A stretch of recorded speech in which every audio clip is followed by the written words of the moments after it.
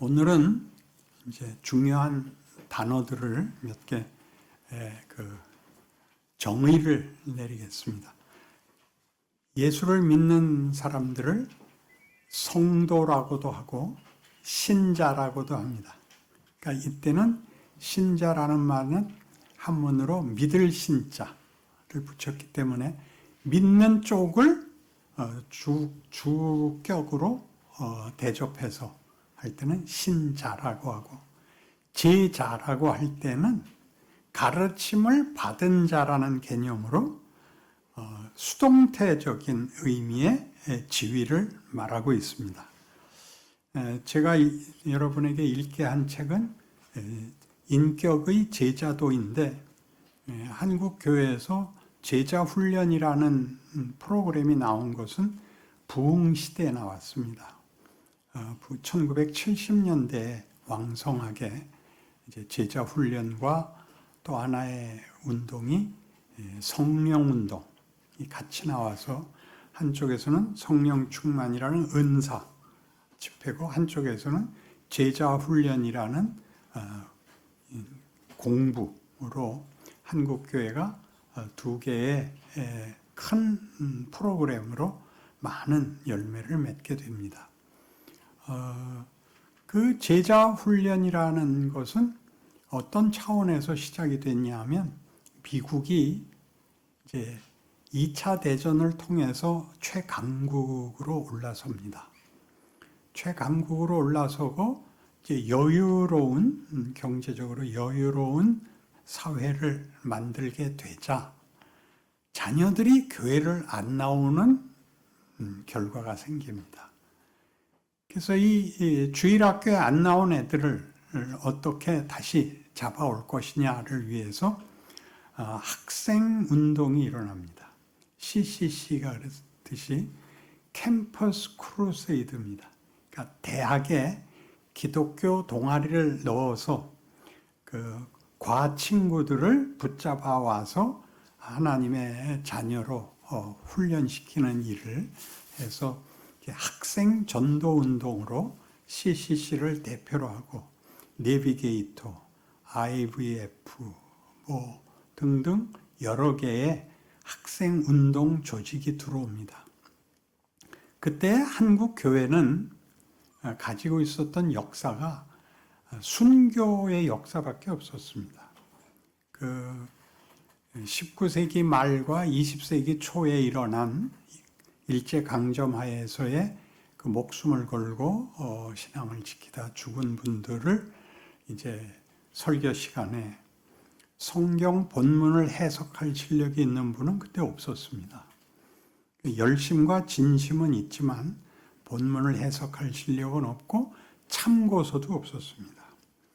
그래서 그 시대에 했던 설교는 전부 주기철 목사님, 손양원 목사님, 최권능 목사님 같은 분들의 일대기를 이렇게 반복하다 보니까 나중에 과장이 돼서 없었던 얘기도 많이 나오고 더 풍성한 얘기로 계속돼서, 심지어는 이제 어느 본문을 읽든지 결국 그 얘기로 돌아가니까 목사님들도 낯이 좀 민망하니까 한 번씩은 이런 설교를 했어요. 캐톨릭은 왜 이단인가? 설교 제목으로는 치사하죠. 그런 거 설교하는 거 아닙니다. 그래서 사실은 메뉴가 없었어요. 그래서 쩔쩔매고 있을 그때는 이제 기독교 서적이라고 해봤자 죽으면 죽으리라라는 안희숙 씨의 그 순교자들 이야기를 증언하는 책이 유일했습니다. 그 책에서 안희숙 씨의 그 소개는 기본 입장이, 하나님이 왜 나는 순교의 영광을 안 주셨는가가 억울한 입장에서 순교자들 얘기를 쭉 해왔습니다. 그래서 본인은 죽을 때까지도 순교를 허락받지 못했다라는 그 어떤 뭐라 그래야 돼요? 억울함을 가지고 있었는데, 여러분 이제 기독교 신앙도 하나님이 처음부터 선악과 같은 거 만들지 말고 아담과 하와 말 듣게 했고 먹었으면 확 죽여버리고 새로 만들었으면 됐지 왜 이렇게 복잡한 역사를 이어가시는가 할 때 기본적으로 알아야 할 것이 하나님이 만든 그의 형상의 자녀들입니다. 우리가 하나님의 형상의 자녀들이라는 것은 하나님과의 관계가 이렇게 혈연 관계라는 대등한 관계라는 것이고, 그래서 기독교가 내놓는 주제들은 가장 중요한 게 믿음과 사랑입니다. 믿음과 사랑은 대등해야만 하고, 그것은 서로가 서로에게 의무가 아니라 소원이고 감사고 기쁨입니다. 그러니까 이렇게 되려면 인간이 그것을 지정의가 다 어떤 수준에 올라와야 됩니다. 성숙함의 자리에 올라와야 됩니다. 그 성숙함의 자리에 올라오는데 뭐가 제일 많이 쓰이느냐 하면 잘못된 게 일합니다. 방향이 틀린 거, 목적이 틀린 거, 방법이 틀린 거. 이런 것들이 우리를 보다 나은 쪽으로 밀고 가고 우리를 실망케 하고 심지어 자폭의 마음까지도 가지게 해서 반발해서라도, 그래서 마지막엔 무슨 질문을 하기도 했냐면 나 죽습니다. 하나님 대답 안 해주시면 나 뛰어내릴 겁니다. 그런 고백들도 나오는 상황을 하나님이 우리에게 요구하고 있는 겁니다. 내가 커야 되니까. 하나님은 이미 되어 있는 분이고 우리를 만들 때 하나님의 형상이요 하나님의 기쁨의 대상으로 만들었다는 것을 알면 그 실력이 돼야 되는 거지 명분과 정답을 얘기해서 되는 문제가 아닌 것입니다. 그걸 만들어내는 일을 하는데 이제 한국교회가 실력이 없었습니다. 그래서 산다는 게 무엇이냐를 얘기한 데가 없었습니다. 빨리 죽어서 천국 가는 얘기만 있었지. 부흥시대를 맞아서도 기껏 한 게 감격이 있었다. 각오를 했었다 해서 감격이 있었다까지는 왔지만 그때도 죽는 게 다였지 살아있는 거는 도대체 무슨 가치가 있는가라고 쩔쩔 맬 때 그때 워치만니가 들어옵니다. 들어보신 적이 있나요? 워치만니는 유명한 중국 선교사인데 그걸 우리는 구원파라고 부릅니다. 구원파는 이단이 아닙니다. 한국에는 박옥수 목사님이란 분이 구원파의 지금 대표자로 큰 집회를 열고 나고 많은 성도들을 거느리고 있습니다. 구원파는 예수를 믿으면 그때 모든 것이 완성된다고 보는 것을 구원파라고 하는데 그것을 우리가 부흥시대에 겪었습니다.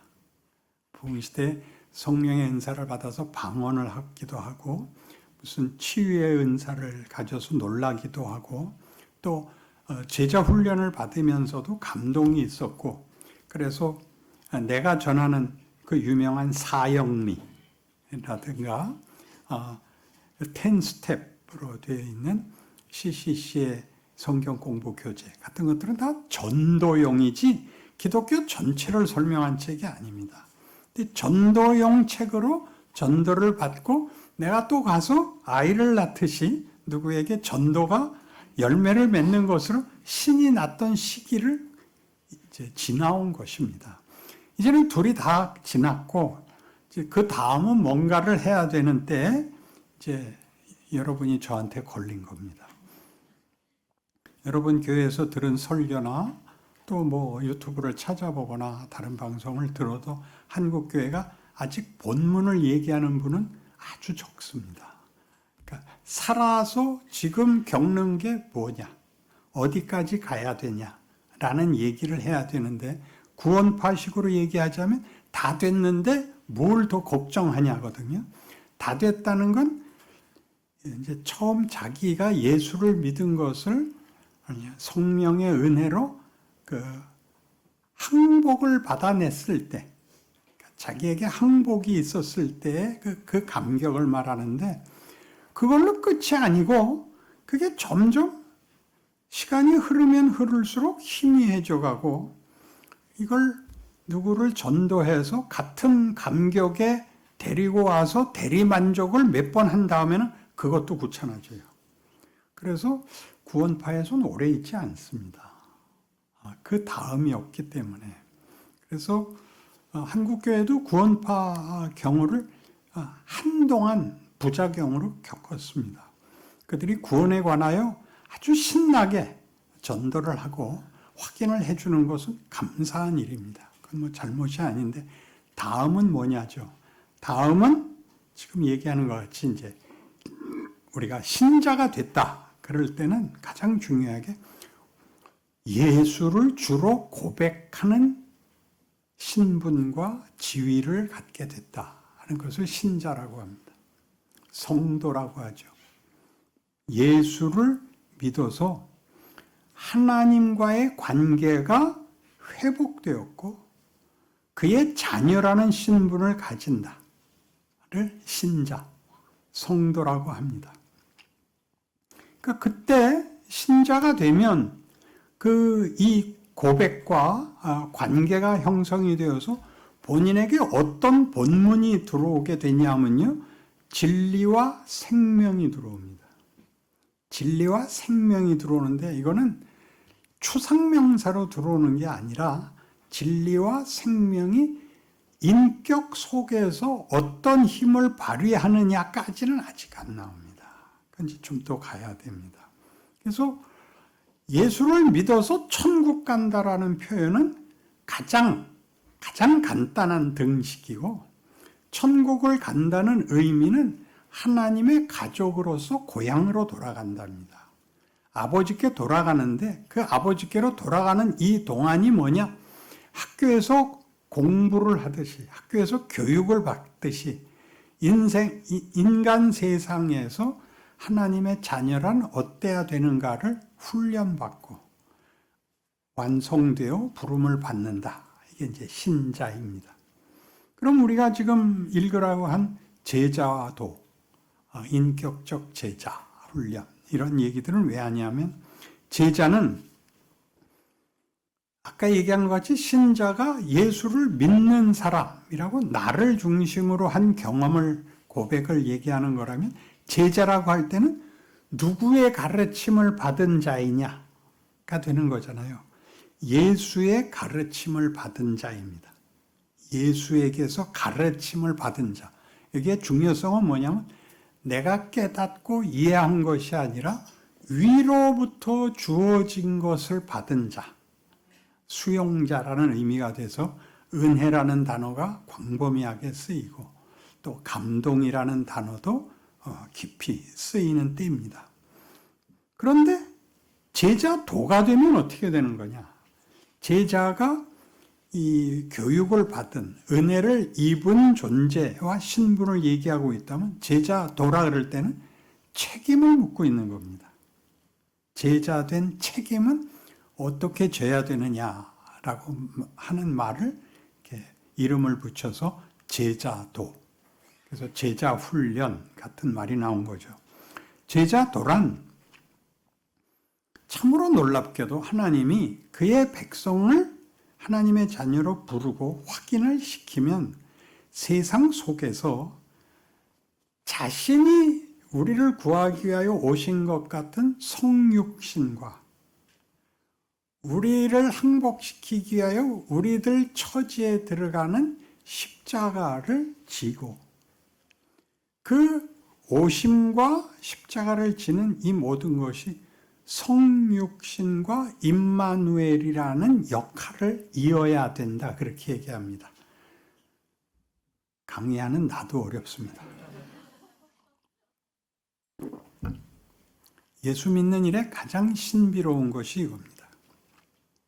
예수를 믿으면 우리가 예수를 믿는다는 말, 기독교의 본문이 얼마나 굉장한 것인가를 모르면, 실력이 없으면 자기보다 못난 사람을 손가락질을 해서 자기 확인을 합니다. 그러니까 이 교파들 싸움도 보면 자기 교파가 뭐가 더 낫냐를 꺼내놓는 교단은 없고 쟤네는 뭐가 틀렸대요. 그러고들 있단 말이에요. 그건 바보들이 하는 겁니다. 훌륭한 거라는 거는 우월해야 됩니다.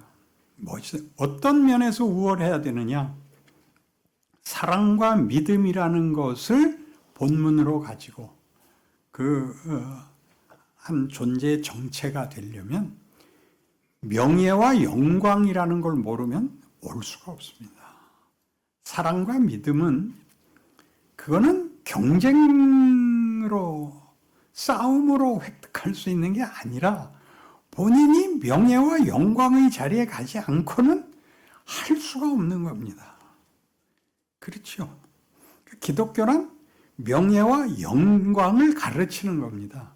너는 다른 존재야. 어떻게 다르냐? 세상은 생존 경쟁에서 이기는 법을 요구하고 있어. 그래서 너는 네 필요를 뺏어와야 돼. 넌 뺏기면 네가 망해야 돼. 이렇게 가르치는 게 세상이라면 그 속에서 우리 보고 네가 나눠줘. 그렇게 말하는 거거든요. 할 수 없죠. 근데 문제는 신이 우리를 그 방식으로 구원했다는 사실입니다. 신이, 부족할 것이 없는 신이, 필요할 것이 없는 신이 우리를 찾아와서 우리가 자신을 배신했는데, 우리가 하나님을 우리가 외면했는데 제멋대로 사는 우리를 찾아왔더니 한다는 짓이 배반을 때리고 수치를 주고 고통을 주고 십자가에서 죽게 하는 걸 감수함으로써 한 죄인으로 죽는 것이 아니라 너희가 나를 감당치 못한다. 너희가 너희 자신을 이해하지 못하기 때문에 내가 누구인지를 몰라보고 있는 거다를 하나님이 감당하심으로 나중에 하나님이 예수를 우리에게 들이밀어 이해시킬 때, 이 기독교의 신은 우리를 명예와 영광으로 끌어올려서 사랑과 믿음의 차원에 올리기 위해서 여기까지 내려와 우리를 붙들 수 있는 분이구나라고 뒤집어지게 되는 것이 말하자면 신자의 현실 인생인 것입니다.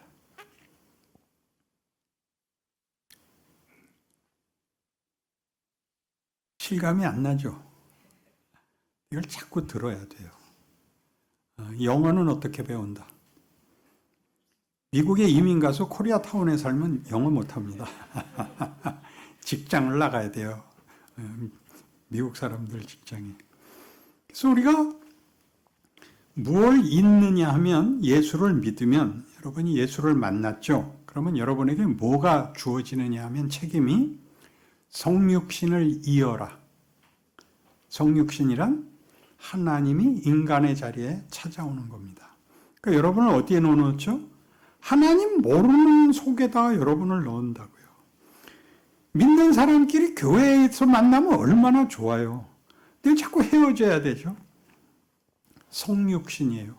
하나님이 모두를 구원하는 일에 하나님이 하실 일을 이렇게 어떤 단추를 눌러서 기계적 결과를 만드는 게 아니라 당신이 우리와 같은 지위와 조건으로 찾아온 것 같이 너희가 그 일을 해야 되는 것은 너는 나와 방불한 존재다. 방불한 존재. 왜? 아버지고 자식이거든요. 네가 증언을 해라. 이렇게 우리를 보내는 거예요. 그래서 그걸 마태복음 28장 18절 식으로 한국교회에서 이제 그 전도 부흥 때 많이 쓴 거예요. 아버지께서 하늘과 땅의 모든 권세를 내게 주셨으니 너희는 가서 모든 족속으로 제자를 삼아 성부와 성자와 성령의 이름으로 세례를 주고 내가 너희에게 부탁한 모든 내가 너희에게 가르친 모든 부탁을 가르쳐 지키게 하라. 볼지어다 내가 세상 끝날까지 너희와 항상 함께 있을 것이니라.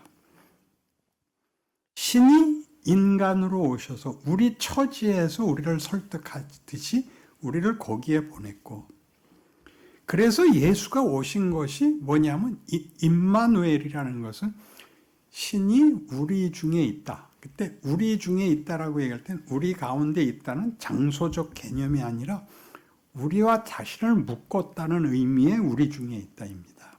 그러니까 예수가 오셨기 때문에 인간은 더 이상 사망 권세 아래 버려질 수 없다. 그렇게 말하는 게 임마누엘의 뜻이에요. 그러니까 내가 어딜 가면 아까도 얘기한 것 같이 이제 하나님 사랑, 이웃 사랑으로 이제 우리가 만나는 이웃들이 세상이란 말이에요.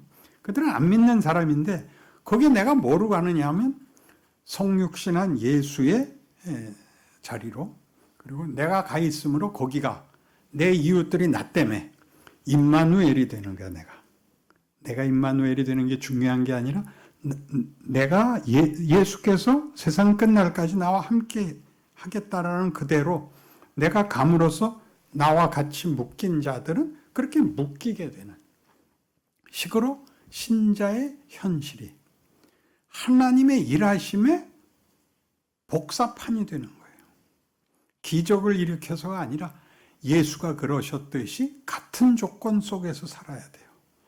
뭘 할 실력이 있으셨죠? 실력이라는 보다 권세가 귀신을 쫓아낼 수 있고 바다를 잠잠케 할 수 있으나 그런 것으로 사명을 감당한 게 아니라 우리 손에 죽는 것으로. 그러니까 그게 무슨 뜻이냐면 죽음마저도 이 일을 방해할 수 없다. 죽은 자마저도 내가 끌어안겠다. 이런 범위에서, 구원의 범위에서 벗어날 자가 없다라고 증언하는 것이 십자가와 죽음인 것입니다. 그래서 그 히브리서 5장 8절 같이 그가 아들이시라도 받으신 고난으로 순종함을 배워서 온전하게 되셨다에 온전하다는 건 결격 사유가 채워졌다가 아니라 신이 우리에게 신이라는 것을 증명하고 우리를 설득하는 일에 여기까지 내려왔다. 하늘에서 신 노릇하는 초월자로서 권력자로서 신이 자신을 증명한 것이 아니라 어디까지 신이라는 것을 우리에게 설명하고 우리의 것으로 만들 수 있는가를 다 이루셨다. 라는 것이 예수의 죽음인 것입니다. 알아듣는다, 못 알아듣는다. 알아듣지만 곧 잊을 것이다. 세상이 이기는 것 같거든. 왜냐하면 생존 경쟁 속에 있으니까. 세상이 이겨요. 내가 지고. 근데 세상은 질 수밖에 없지만 악을 쓰고 있는데 우리는 그냥 져요. 안 싸우잖아요. 싸우는 정당한 방법을 쓸 뿐이에요. 그 이상 악한 것은 안 하는 거예요. 그걸로 기준을 삼으려고 그러는 게 아니에요. 됐다, 안 됐다 그래요. 예수 믿는 사람 같은 때가 적고 안 믿는 사람하고 똑같은 때가 더 많아요. 본능적으로 우리는 다 생존 경쟁에 익숙해 있고 그게 모국어야. 그런데 돌아와서 후회를 하게 돼요. 성령이 하시는 일이에요. 야, 내가 뭐 때문에 그랬냐? 그 말 한마디는 참을 걸 그랬다. 야, 나 어저께 그 말 한 거 미안하다. 그 말을 하게 돼요. 하게 돼요. 멋있어요. 한국교회에서는 이 부분을 이해 못하기 때문에 잘못한 것을 회개하라 그래서 지워버리라 그러는 바람에 틀려요. 지워버리면 본전으로 돌아가잖아. 그게 아니라 그거 아니다로 반전을 하란 말이죠. 다음엔 하나 더 하자 이거예요. 그게 하루하루예요. 자기가 어느 날 보면 누군가 그 말을 하는 날이 와요. 친구가 너 요새 좀 이상해졌다 그 말해요. 왜? 아니야 뭐 이상해. 왜 네가 몰라? 네가 이상해졌는데 난 똑같은데. 그런 변화가 생겨요. 참 이상해요. 하나님이 일하세요. 성령이 언제나 우리와 함께 하세요. 은은하게 하루만큼씩 우리를 앞세우세요. 걱정 마세요. 그래서 증인된 제자도라는 것은 결국 하나님의 자녀된 증인이 되라는 건데 어디서 하라느냐면 삶 속에서 하라는 거예요. 안 믿는 자들이 권세 잡고 있는 사망과 죄과 왕노릇하는 질서 속에 우리가 들어가는 거예요. 예수님이 밤낮 하는 답이 뭐였죠? 나는 의인을 부르러 온 것이 아니라 죄인을 부르러 왔노라. 그렇게 말을 하죠. 그러니까 바리새인들이 반발을 하니까 내가 의인을 부르러 온 것이 아니다는 너희 같은 것들 부르러 하지 않았다가 돼요. 말하자면. 그러니까 우리가 겸손해야 된다. 뭐 이런 윤리를 강요하는 것이 아니라 하나님이 우리를 찾아오셔서 하시려는 일을 우리의 인생 속에서 하루만큼씩 키운다. 나 그거 믿는다. 나 포기 안 한다. 나 내일은 좀 더 낫게 하겠다를 매일은 못해. 그러나 1년에 10번은 할 수 있어요. 한 달에 한 번만 해도 12번은 할 수 있어. 그 이렇게 나가는 것을 말하자면 성경이 제자도라 그러는 거예요. 그래서 이런 일들은 구원이라는 문제와 전도라는 문제에서 이걸 이해하려고 하니까 그 배경이 이제 당신 뭐예요? 그 전도 책자 들고 길거리에 서서 노방전도를 하고 예수천당, 불신지옥 이렇게 하는 거 다 초보적 방법론이었어요. 잘하고 못하고가 아니라 우리가 좀 더 나아져야 되는 거예요. 고함을 지르고 겁을 주고 해서 이제 더 나라는 존재에서 증언이 돼야 돼. 왜? 그 바람에 내가 커. 언제 사람이 되는지 아세요? 손주를 낳아야 사람이 돼. 그때야 사랑을 알아. 그때 알아. 참 희한해요. 거기까지 뭘 해 그러면 계속 실패해요. 자식 보고도 저 새끼는 괜히 내가 나가지고 이 개고생을 한다. 저거 콱 죽어버리면 좋겠다. 그런 생각을 해요. 죽으면 큰일이지만 생각이 나는 건 참을 수가 없어요. 자식들도 그래. 나는 어쩌다 이런 부모를 만났을까? 서로 그렇게밖에 몰라. 인간이 한 번에 멋있는 사람은 없어요. 부모가 돼야 부모의 마음을 알게 되고 할아버지 할머니가 돼야 하나님의 마음을 알게 돼. 하나님이 우리를 이렇게 사랑하시는가를 알게 돼요. 대신 죽을 수 있어. 참 기이해요. 그래서 여러분이 만나는 모든 일상사에 어떤 억울함과 또는 어떤 놀라운 갑작스러운 변화나 이런 모든 것이 일을 하지 그냥 지나가는 게 없어요. 여러분을 만들어요. 그래서 구약에 가장 중요하게 기독교가 이런 일들을 이렇게 뭐라 그럴까? 조금은 좀 더 논리적이고 좀 더 점진적이고 좀 더 이해 있게 왜 이렇게 안 하고 이렇게 이런 식으로 할까를 구약이 내내 역사에서 그 증명을 해요. 하나님이 어떻게 일하시는가. 자 보세요. 아담과 하와를 만들었고 뭐라 그랬다고? 내 형상대로 지었다. 너희는 만물을 다스려라. 생육하고 번성해라. 근데 이건 먹지 마라. 이거 먹으면 죽는다 하는데 먹었다니까. 그래서 어떻게 해요? 쫓아내는데 옷을 해 입혀서 쫓아내지. 쫓아내는데 뭐 옷은 해 입혀. 그냥 발길로 차버리지. 그리고 가인이 아벨을 죽여. 가인이 쫓겨나면서 뭐라 그래? 사람들이 나를 죽일 거예요. 너를 죽이지 못하게 하겠대. 범죄자도 보호를 하세요. 그리고 족보가 나와. 아담의 후손들이 몇 살을 살아? 900년을 넘게 사는데 다 죽어. 결국 죽어. 죽으면 모든 게 꽝이야. 900살을 살았든 9살을 살았든 차이가 없는 거야. 그래서 노아 홍수가 나. 노아라는 의인의 가장 말 잘 듣는 집 자손들로 후사를 삼았는데도 개판이 되어갖고 바벨탑을 쌓아. 하나님의 그 전제권을 대항하겠다고. 홍수가 나면 피하겠다고. 그래서 다 흩어버려. 그리고 느닷없이 창세기 11장에 바벨탑을 논하고 12장에 앞에서 여기까지 계속 바보짓한 인생을 전제해 놓고 느닷없이 아브라함을 불러서 내가 네게 복을 주어 내 이름을 창대케 하리니 너는 복의 근원이 될지라. 너를 축복하는 자에게는 내가 복을 내리고 너를 저주하는 자에게는 내가 저주하리니 땅의 모든 족속이 너를 인하여 복을 얻을 것이니라. 이건 그냥 창조의 말이야. 빛이 있으라. 땅에 육축들이 있으라. 이렇게 창조같이 아브라함에게 떨어져요. 아브라함에게서 아무 조건을 성경이 제시하지 않아. 네게 복을 줘. 네가 복이 되어 네 후손 모두가, 아브라함의 후손 모두가가 나중에 어디로 연결이 돼요? 신약으로 오면 예수를 믿는 모두가가 되는 거죠.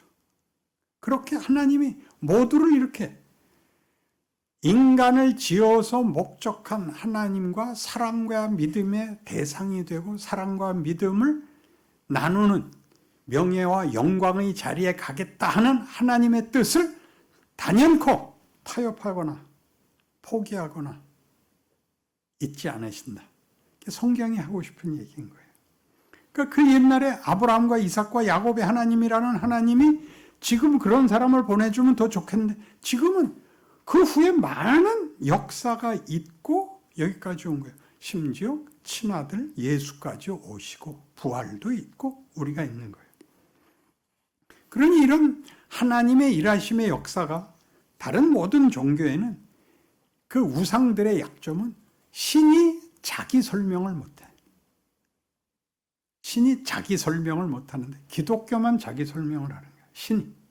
그리고 자기 설명을 어떻게, 자기를 자기가 증거로 삼는 정도가 아니라 나는 너희 조상의 하나님이니 아브라함의 하나님, 이삭의 하나님, 야곱의 하나님이니라 해서 역사적 인물의 생애로 그 존재를 증명해.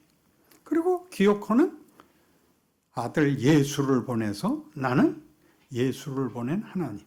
이렇게 자기를 설명한다고요. 나는 이런 하나님이다. 우리 보고 믿으라는 건 공갈 협박이 아니고 행과 불행 정도가 아니고 지위와 신분과 운명과 마지막 그 약속의 절정이 뭔가 해서 사랑과 믿음을 제시하는 신은 없는 거예요. 기독교를 제외하고는.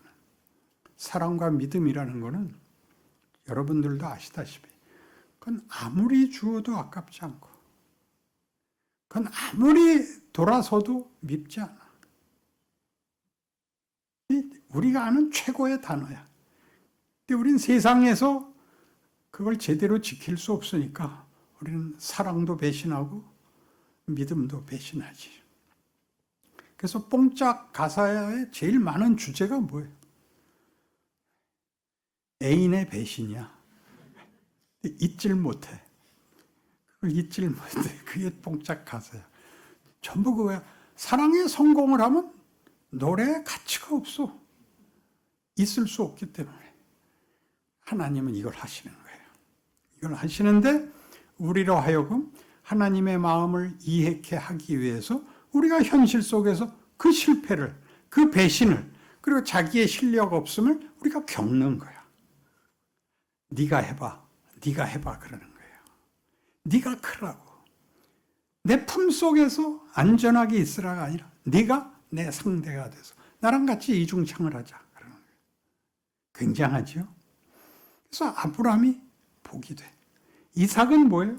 이삭은 낳을 수 없는 아이를 낳고 죽어야 되는 애를 돌려받아. 그래서 그가 창조와 부활의 상징이야. 그러니까 하나님이 어떻게 하겠다는 게,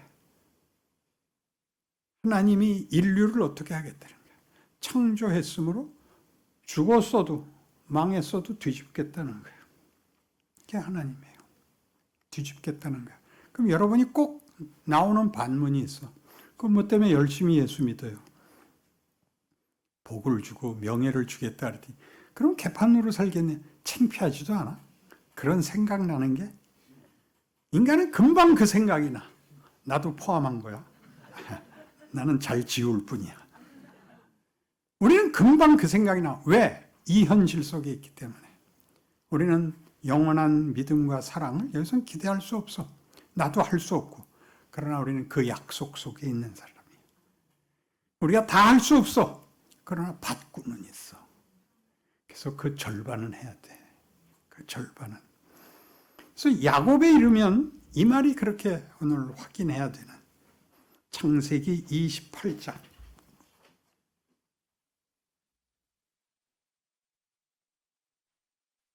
아브라함과 이삭과 야곱. 야곱은 어떤 사람인가?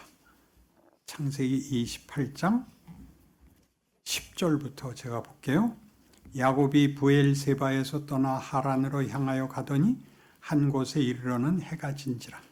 거기서 유숙하려고 그곳에 한 돌을 가져다가 베개로 삼고 거기 누워 자더니 꿈에 본즉 사닥다리가 땅 위에 서 있는데 그 꼭대기가 하늘에 닿았고 또 본즉 하나님의 사자들이 그 위에서 오르락내리락 하고 또 본즉 여호와께서 그 위에 서서 이르시되 나는 여호와니 너희 조부 아브라함의 하나님이여 이삭의 하나님이라.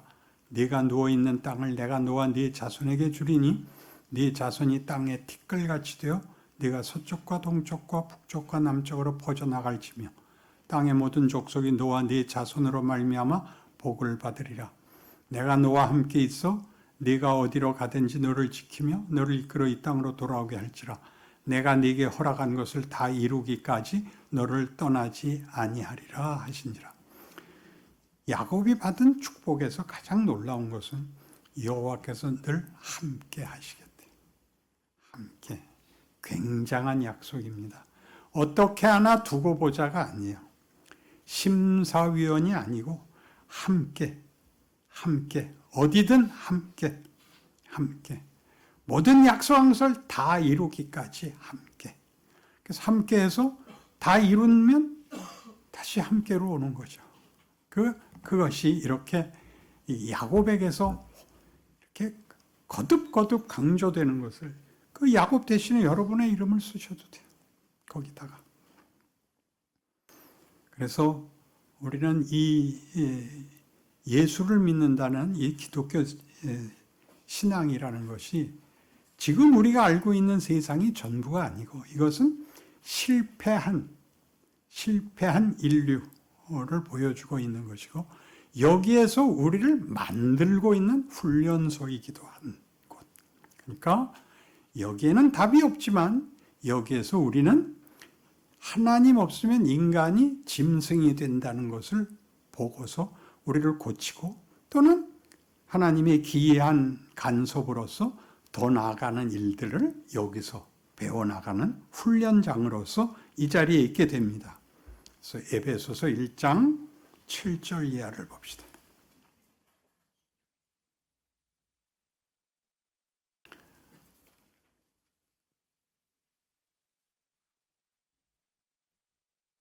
에베소 1장 7절 이하 우리는 그리스도 안에서 그의 은혜의 풍성함을 따라 그의 피로 말미암아 속량 곧 죄사함을 받았느니라.